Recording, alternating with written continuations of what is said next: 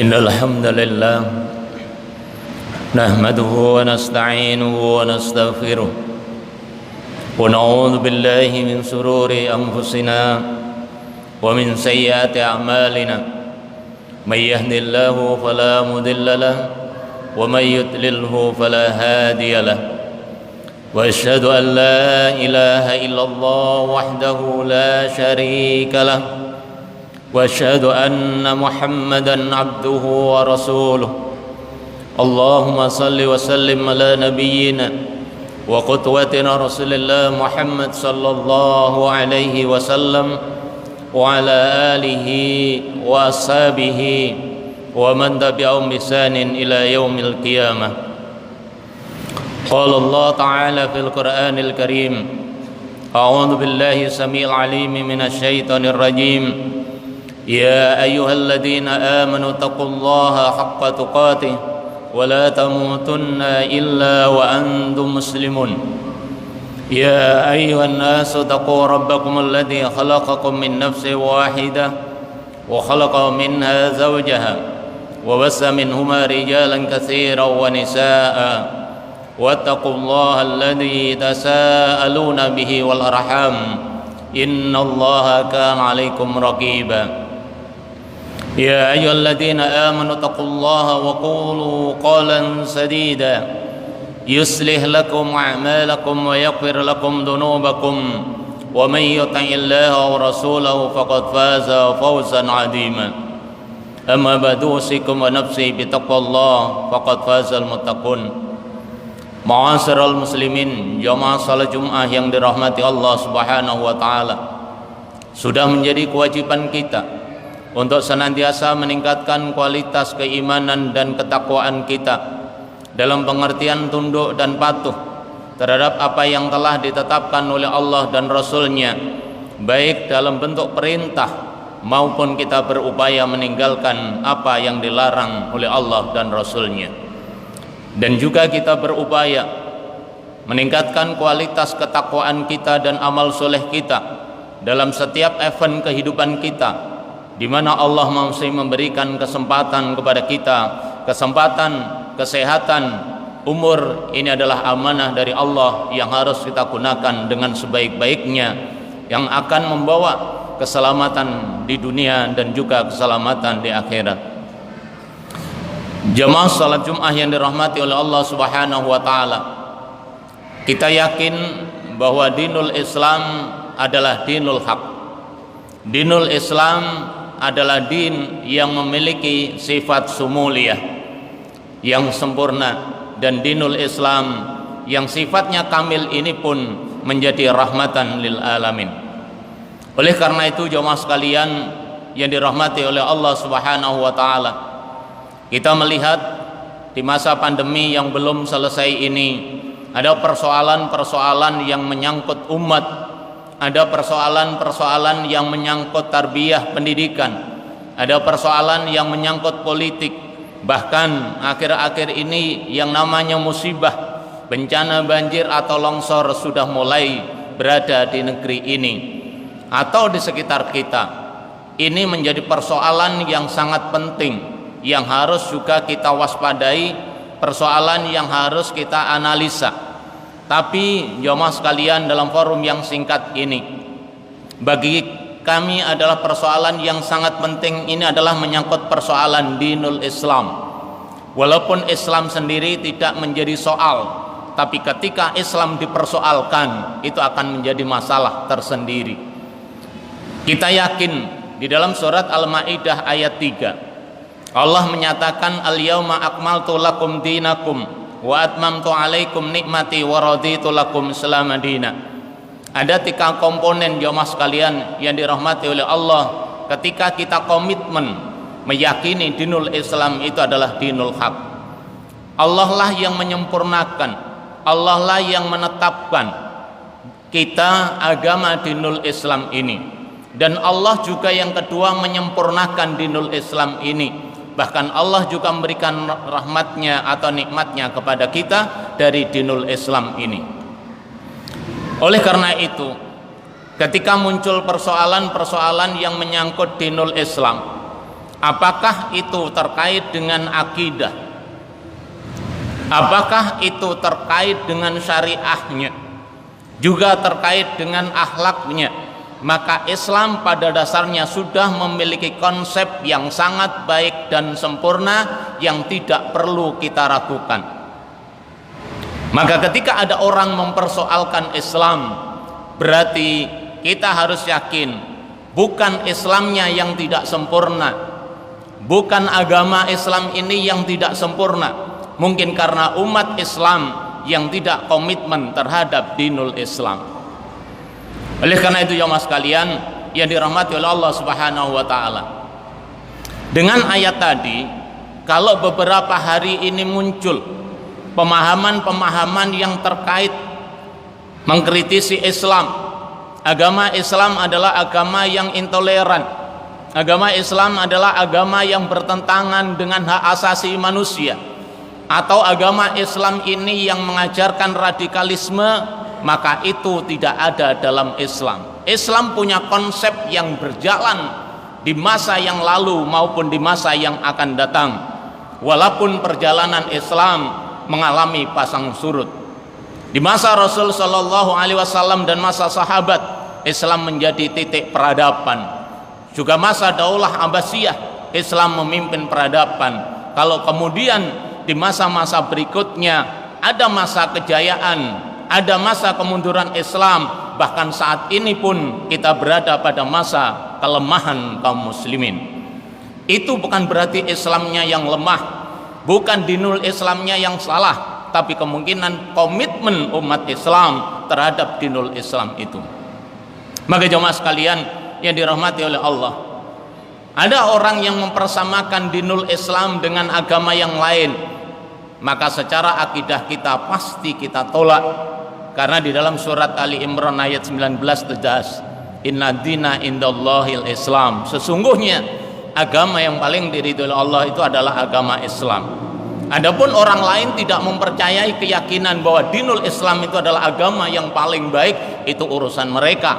Tapi jangan mengotak-atik, jangan mendiskreditkan terhadap dinul Islam ini. Itu keyakinan yang harus kita bangun kalau kita menjadi orang yang kuat di dalam memegang prinsip Islam itu. Bahkan di dalam surat Ali Imran di ayat yang 85, Allah dengan tegas menyatakan, wa ma yabtaghi ghairal islami dinan fala yuqbala minhu wa huwa fil akhirati minal khasirin. Ayat ini menjadi justifikasi bagi keyakinan kita yang menganggap dinul Islam sebagai agama sempurna, maka selain pemeluk dinul Islam akan menjadi orang yang rugi. Penafsiran ini tidak akan terjadi perbedaan di kalangan para ulama ahli tafsir.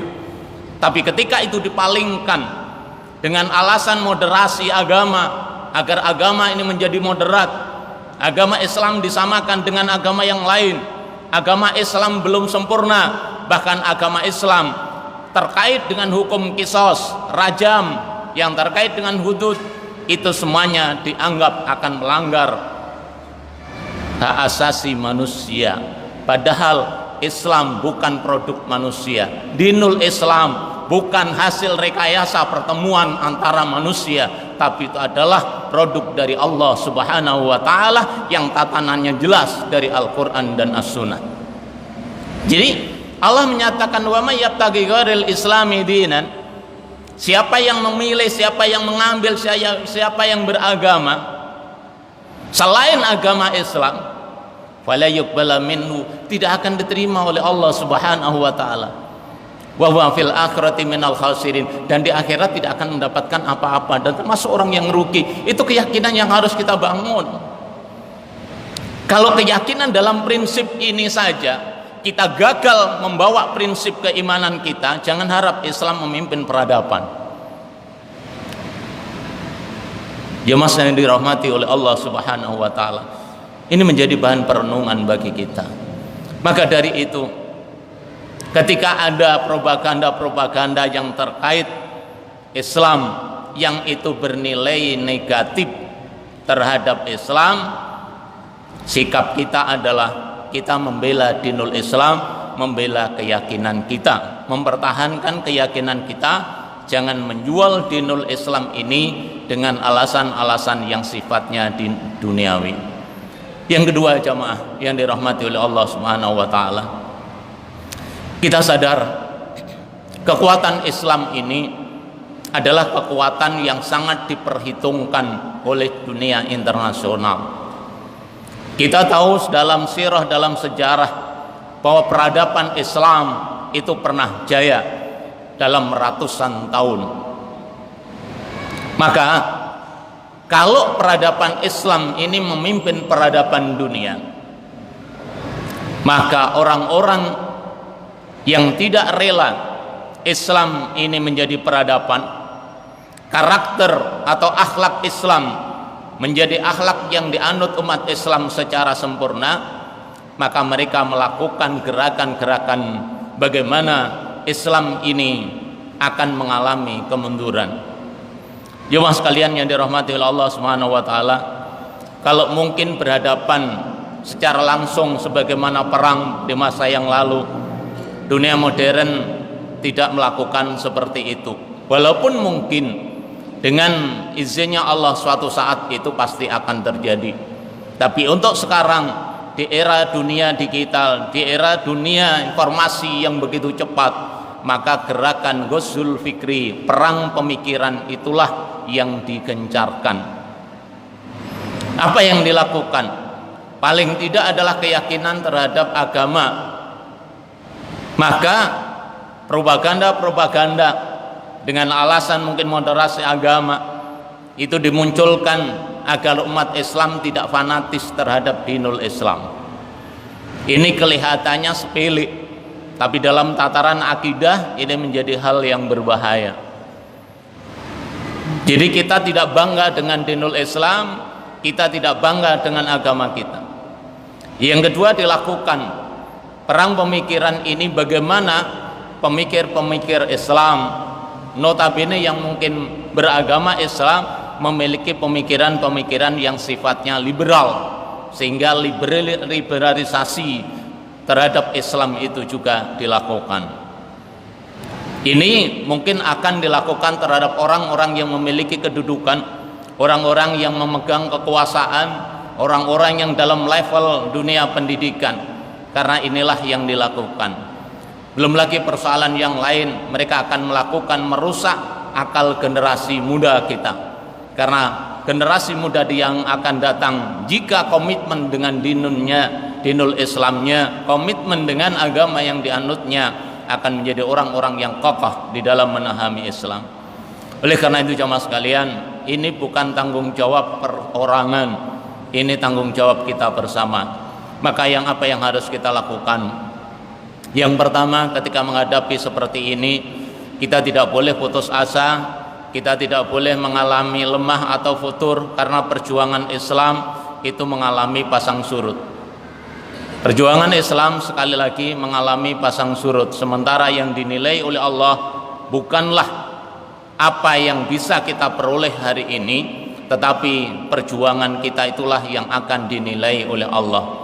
Mungkin kita hidup di masa yang penuh ujian, mungkin generasi yang akan datang tidak seperti kita. Oleh karena itu yang pertama yang harus kita lakukan, memahamkan kepada umat Islam, kepada generasi kita di masa yang akan datang, kepada keluarga kita, tentang bagaimana sempurnanya Islam. Tentunya ini pasti dengan belajar, pasti dengan talabul ilm, karena dengan itulah kita akan mengetahui Islam. Jamaah yang dirahmati oleh Allah Subhanahu wa taala. Yang kedua, kita yakin dan sadar Islam ini akan menjadi jaya, bukan kita menunggu takdirnya Allah. Sekali lagi, Islam menjadi jaya bukan menunggu takdirnya Allah Subhanahu wa taala. Tapi butuh proses. Ya, butuh perjuangan.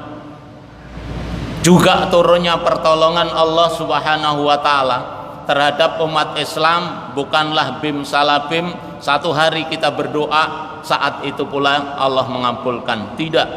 Ada beberapa syarat yang memang harus kita penuhi. Contohnya turunnya pertolongan Allah Subhanahu wa taala. Allah menyatakan intang surullah yang surkum wa yusabbit aqdamakum. Jika kalian menolong agama Allah, pasti Allah itu akan menolong kalian dan Allah akan mengokohkan pendirian kalian. Maka menjadi evaluasi bagi kita jemaah sekalian, sejauh mana perjuangan kita di dalam menegakkan dan menolong agama Allah Subhanahu wa taala. Kita tidak boleh terkecoh dengan ungkapan agama Islam nggak perlu ditolong karena Allah yang menjaga. Ini ungkapan-ungkapan yang perlu diluruskan. Ngapain kita membela agama Allah? Allah itu sudah menjaganya. Kalimat ini adalah kalimat termasuk ghazul fikih, perang pemikiran. Maka dari itu seakan-akan kita nggak perlu berjuang, adalah nunggu nanti. Nah, ini hal yang juga harus kita hindari. Maka selama kita komitmen dan berjuang untuk menegakkan agama Allah, maka nasrullah, yang namanya pertolongan dari Allah, itu akan kita peroleh. Kemudian yang ketiga jemaah sekalian, kita harus menjaga keistiqomahan ini dengan baik. Ada kalimat di dalam hadis yang sangat singkat yang disampaikan oleh Sufyan bin Abdillah ketika beliau bertanya kepada Rasul sallallahu alaihi wasallam, "Ya Rasulullah, qulli fil Islam qaulan." Sufyan bin Abdillah ini bertanya kepada Rasul dan minta kepada Rasul, "Wahai baginda Rasul, katakanlah kepadaku satu qaulan, satu perkataan yang la aslalahu, yang aku nanti tidak akan bertanya kepada orang selain engkau jika engkau sudah menyampaikan itu." Rasul dengan kalimat yang sangat singkat, kalimat yang sangat sempurna, apa yang disampaikan oleh Rasul? Qul amantu billah summastaqim. Wahai Sufyan bin Abdillah, qul amantu billah, katakan aku beriman kepada Allah, kemudian istiqomahlah dalam keimanan itu. Menjadi orang yang istiqomah di atas iman, persoalan yang sangat berat. Menjadi orang yang menjaga keimanannya juga menjadi persoalan yang berat, karena menyangkut keimanan ini begitu dahsyat. Di dalamnya ada sifat nifak. Orang yang antara keimanan yang hanya ada di lisannya sementara hatinya kafir, berarti dia memiliki penyakit nifak. Orang yang mengaku beriman berarti dia harus meninggalkan segala bentuk kesyirikan, karena orang yang beriman itu sebenarnya adalah orang yang harus meninggalkan segala bentuk kesyirikan itu, baik syirkul akbar maupun syirkul akbar, karena kesyirikan itu adalah bagian dari kedoliman. Inna syirka la dzulmun adzim. Jamaah yang dirahmati oleh Allah Subhanahu wa taala, ketika kalimat ini disarah oleh beberapa ulama, ternyata tataran iman yang begitu kuat, sementara iman itu mengalami pasang surut. Al imanu yazidu wa yanqus. Karena iman mengalami pasang surut, kadang-kadang orang kuat imannya, kadang-kadang orang menjadi lemah imannya. Maka jangan sampai iman ini tergadaikan, sehingga dengan iman tergadaikan itu kita menjadi orang yang tidak memeluk, tidak membawa nilai-nilai iman itu. Kemudian di ayat yang lain cukup banyak, misalkan di surat Fussilat ayat yang ke-30, atau di dalam surat Al-Ahqaf ayat 13 dan 14, Allah memberikan motivasi, memberikan standar, bahkan memberikan janji kepada orang-orang yang istiqamah di atas keimanannya. Innal ladzina qalu rabbuna Allah tsumastaqamu tatanazzalu alaihimul malaika alla takhafu wa la tahzanu wa abshiru bil jannati allati kuntum tu'adun. Ini adalah motivasi Allah Subhanahu wa taala kepada kita, orang-orang yang istiqamah di atas keimanannya. Allah akan memberikan ketenangan dalam jiwanya, bahkan dengan ungkapan alla takhafu wa la tahzanu, tidak pernah merasa sedih, tidak pernah merasa takut di dalam memegang prinsip keimanannya, dan Allah akan menyediakan balasan atas orang-orang yang istiqomah itu di surga.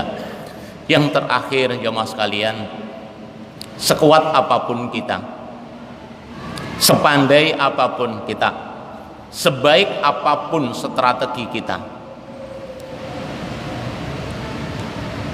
di dalam mempertahankan dinul Islam, di dalam menghadapi manuver-manuver musuh-musuh Islam, yang kita yakin bahwa musuh-musuh Islam itu akan senantiasa memporak-porandakan, mengatur strategi, membuat makar agar kekuatan Islam ini tidak muncul, agar Islam tidak bangkit. Apa yang kita lakukan? Kita bermunajat kepada Allah Subhanahu wa taala. Karena jamaah sekalian, secara kekuatan umat Islam bukanlah pemegang kekuasaan. Kalau toh umat Islam, sebagian kaum muslimin memegang kekuasaan, komitmen dia terhadap Islam bukanlah komitmen yang sangat tinggi, karena mereka berada pada ruang, mereka pada koloni yang di situ konsep-konsep Islam tidak akan bisa diadopsi seluruhnya untuk menjadi prinsip-prinsip di dalam kehidupan. Bahkan yang terjadi seling sebaliknya. Maka kita harus memohon kepada Allah Subhanahu wa taala agar tetap diberi kekuatan, meskipun kita saat ini menjadi orang atau umat yang lemah, tapi Allah adalah yang maha kuasa, Allah lah yang mengatur segala kehidupan ini. Ketika kita tidak mampu dengan jiwa kita, dengan hati kita, itu adalah kelemahan. Orang Islam tidak mampu karena tidak punya kekuatan, tidak punya kekuasaan, kemudian tidak bisa berjuang, itu wajar. Tapi ketika umat Islam tidak ada dalam hatinya niat untuk menegakkan Islam, tidak ada semangat dalam jiwanya untuk berjuang terhadap dinul Islam, khususnya dalam bentuk doa saja, berarti itu kelemahan yang sangat fatal. Karena iman ini ketika kita tidak mampu beramal ma'ruf dengan kekuasaan, dengan kekuatan, dengan lisan kita, kita paling tidak dengan doa-doa kita. Semoga Allah mengijabahi doa-doa kita, dan kita sering disampaikan oleh Rasul sallallahu alaihi wasallam, ya muqallibal qulub sabbit qulubana ala dinik, ya musyarrifal qulub syarif qulubana ala dinik wa ta'ati, dan doa-doa yang lain. Aku qouli hadza wa astaghfirullah li wa lakum wa lisadil muslimin wal muslimat fastaghfiru innallaha ghafurur rahim.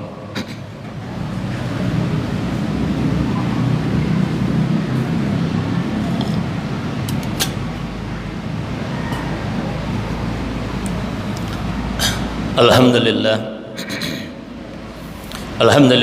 arsala rasulahu bil huda wa dinil haqq liyudhhirahu 'ala dini kullihi wa kafa billahi shahida wa asyhadu an la ilaha illallah wahdahu la syarika lah wa asyhadu anna Muhammadan abduhu wa rasuluh. Allahumma shalli wa sallim ala nabiyyina Muhammadin wa ala alihi wa ashabihi wa man tabi'ahum bi ihsanin ila yaumiddin. Ma'asyiral muslimin, jemaah salat Jumat yang dirahmati oleh Allah Subhanahu wa taala. Seberat apapun yang kita hadapi saat ini, tidaklah sebanding dengan yang dihadapi generasi-generasi dan kaum muslimin di masa yang lalu.